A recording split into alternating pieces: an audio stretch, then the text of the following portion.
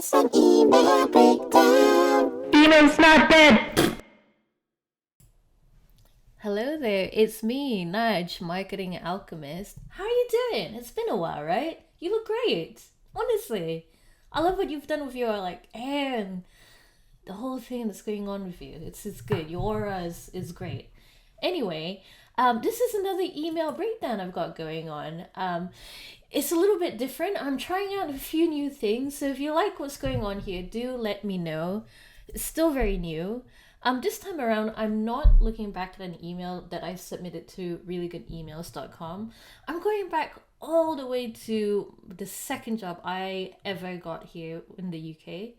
And it was as a email specialist, or email marketing executive, I want to say the role was, at Specialist Journeys, which was a travel group that had a couple of, well, more than a couple, quite a few brand names under the overarching company, one of which was Andante Travels, which I later became the marketing manager of. So Andante Travels was a luxury travel company, and the USP was that it was archaeological travel. So the guides were often working archaeologists who had a real passion for the subject. And I was lucky enough to go on one of the holidays to Pompeii and Herculaneum, which was a really great time. Shout out to Andy Suter, who was the guide on that trip. But anyway, we're going to go into one of the emails I designed during my time in Andante Travels. So I haven't looked at this in a while.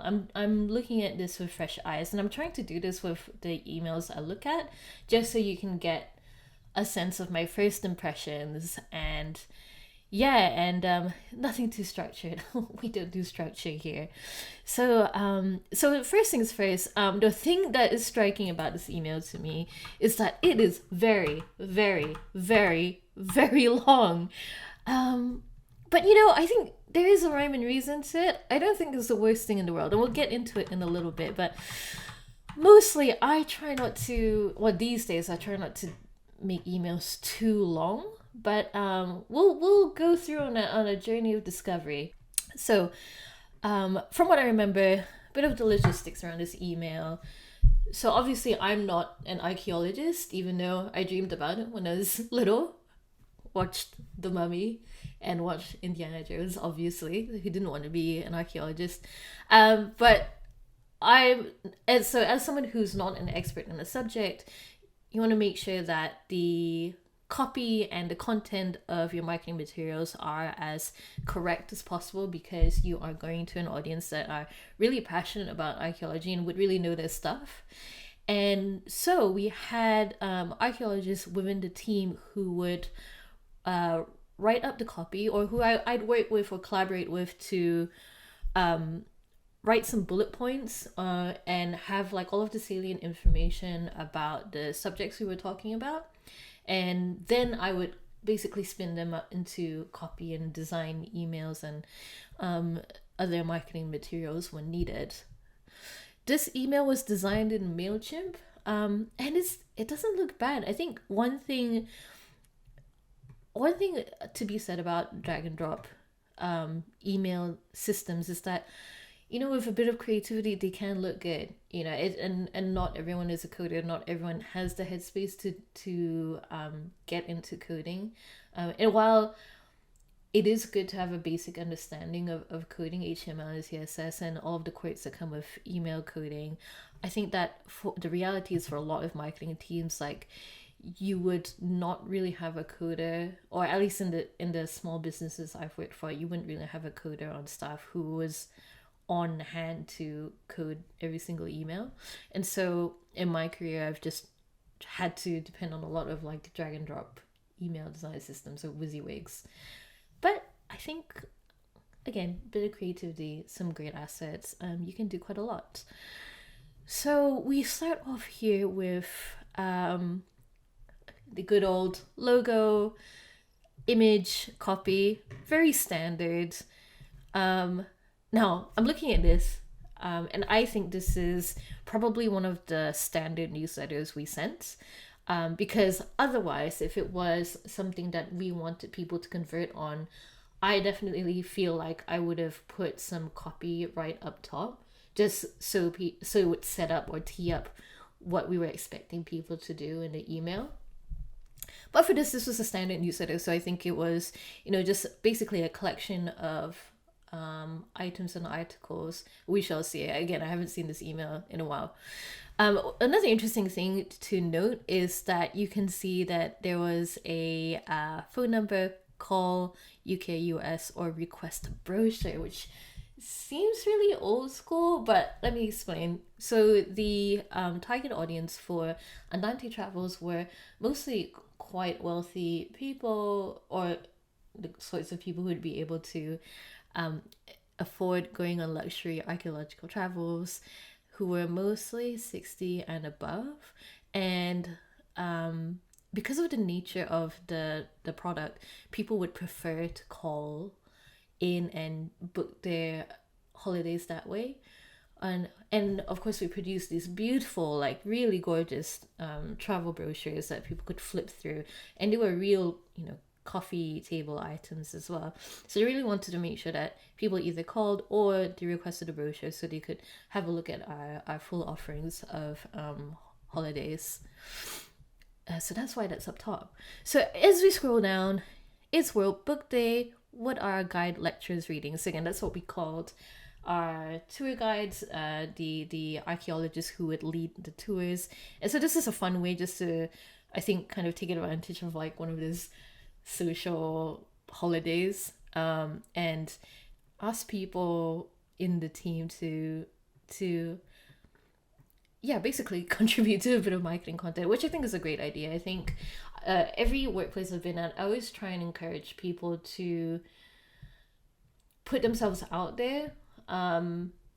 And I think this was, especially important in Andante's case, because these would be the people that people would be traveling with. So it was really important to foster that sense of trust and a voice of authority in their field.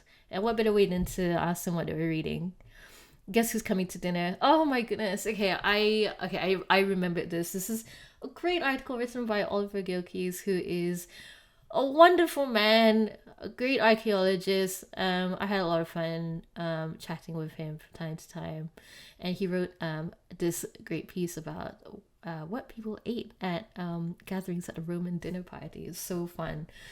So again, if you have the benefit of having real experts within your business, do try and get them to write some great, interesting stuff, because I think there's nothing more value added, more, I guess, brand nurturing than, something fun and also shows the flexes the expertise of the people within your team. Oh my gosh. Look at this. It's so fun. Falco's Room with Lindsay Davis now guaranteed. So again, just writing about a new tour at the time. Lindsay Davis is a very prolific author, and I believe she wrote a number of detective stories that were set in ancient Rome. Very cool. And so she led or co-led some of the tours, which were, as you can imagine, were very, very popular. And finally, new tour departures added. So we would try and pop some upcoming tours, obviously, into the newsletter so people wouldn't miss out. And finally, a last call out, so best-selling tours. So I think in the case of, not just in travel, but, with anything like B2C, there's always a sense that you should always try and put your best-selling products front and center, especially for newcomers to your brand or your business who may not know where to start. Where better to start than a best-selling product that other people have enjoyed and have left glowing reviews on. So I think it's always great to try and put best-selling products in an email that is going out to a brand new set of people. So just a note on some of these design elements. Oh, there are a lot of lines here. I'm just looking at this now, and I think maybe I would simplify some of the designs here and there, but it doesn't look terrible. But I think the way I design now is I aim to be much more minimal. But there's some really interesting things going on here. So, this for example, so I try to box things off in within an email design if I know that is something really important that we want to draw people's attention to.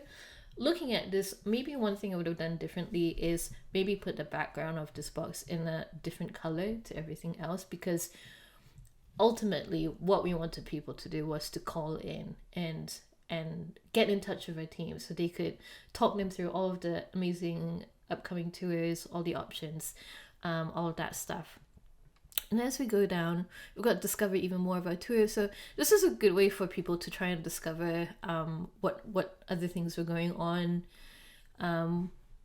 We had all sorts of tours at the time. And at the end, so we've got the footer, finally, after a really long email.